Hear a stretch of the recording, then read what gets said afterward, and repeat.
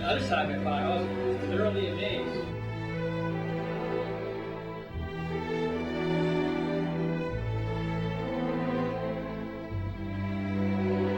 Talk about this.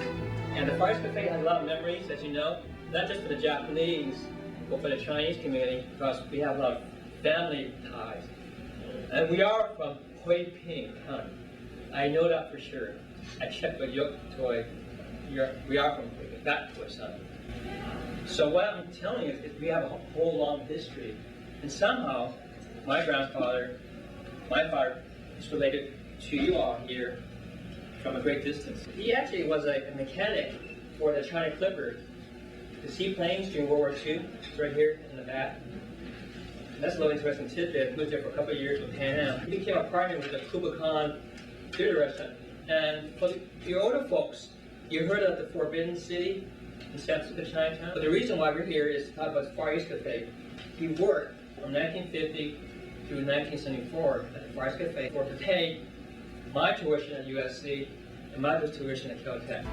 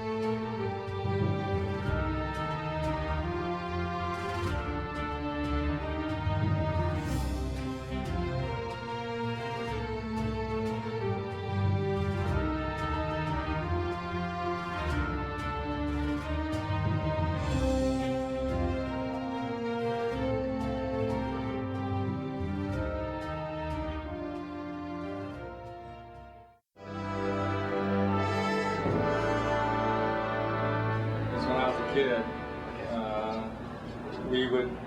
my family lived in the San Fernando Valley, so they were farmers. So we would come to Little Tokyo probably about once a month.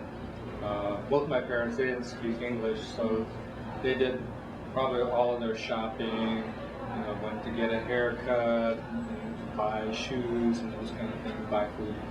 And then, so we would stop here at the Far East, not all the time, from time to time.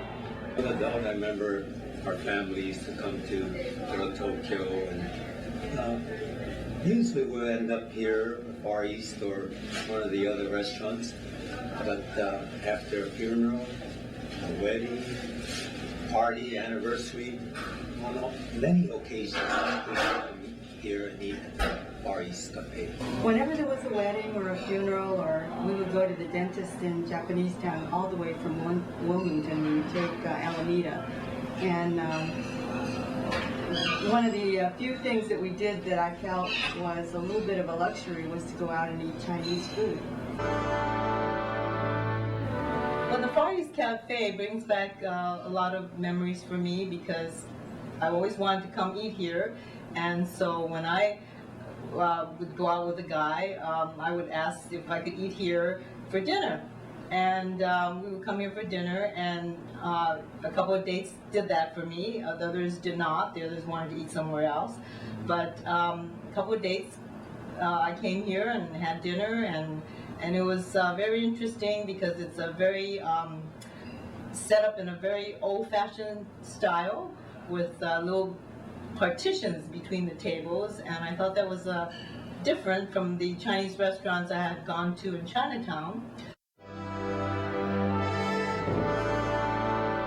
Remember, in those days, we had the rice bowl would have, it would be mounded. There was a big rice bowl, lots of rice, white rice, steamed rice. And in those days I was younger and I could really put it away. And I used to eat about, with all the other food, I would eat about 4 of those bowls. And so that still remains with me, but that remembrance of that time, period. Well, actually, I like all the food. To me, the Chinese food is all delicious. And before, I used to eat 2 or 3 bowls of rice. But after I got smart, I said, I fill up on rice. So I ate the main dishes. But as a kid, I used to walk through Little Tokyo, and this was one of my favorite stops because as a kid, I used to buy this jinjimo. I'm not sure what it is. It's a dried fruit of some kind, but for a few cents, I used to stop here all the time at Far East Cafe to get jinjimo.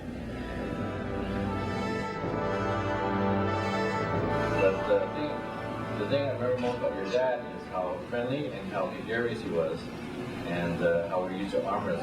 He was very muscular, as I recall. Very, very muscular. He was about 8 tall, but he was, I would say he was like 5'6", and very muscular. Very muscular. Like giant-sized muscular. he was Bulky. Yeah. Not only bulky, but muscular. Yeah, right. Okay, like he can balance the tray full of food like with the tip of his fingers. Yeah. You ever show you that?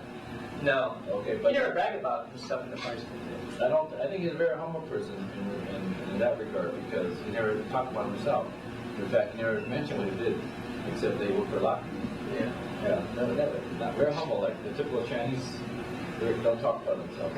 Right.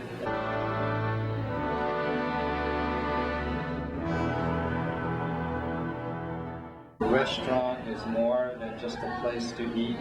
It's a place where you build memories. It's a place where you build relationships, connections to a community and a neighborhood. I think for me, nostalgic just brings back many memories as a child and as a young adult. Kevin, it's been a great day.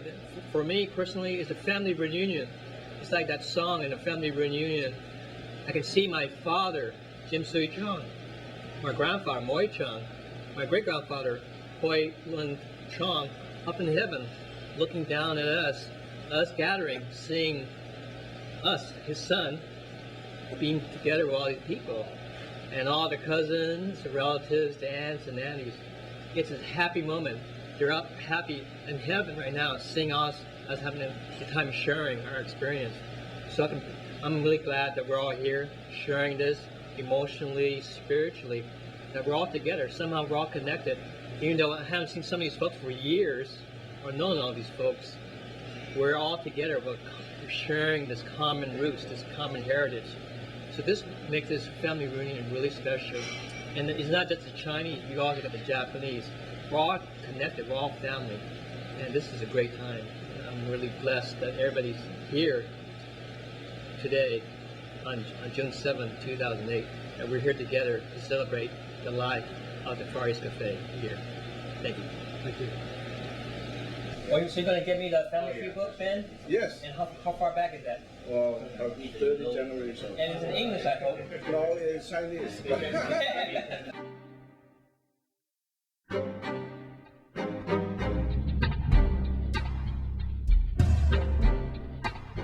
One of the things I recall about this being such a memorable place to come and eat was the hospitality of the restaurant people here.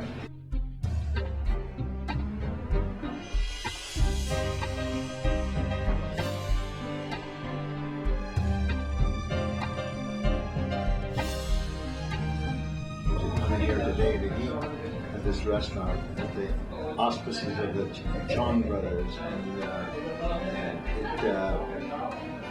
I guess I guess the point I would like to make is that it's interesting that this is a Chinese restaurant, and most of us that came here to eat were Japanese, and so I think that speaks well for the food.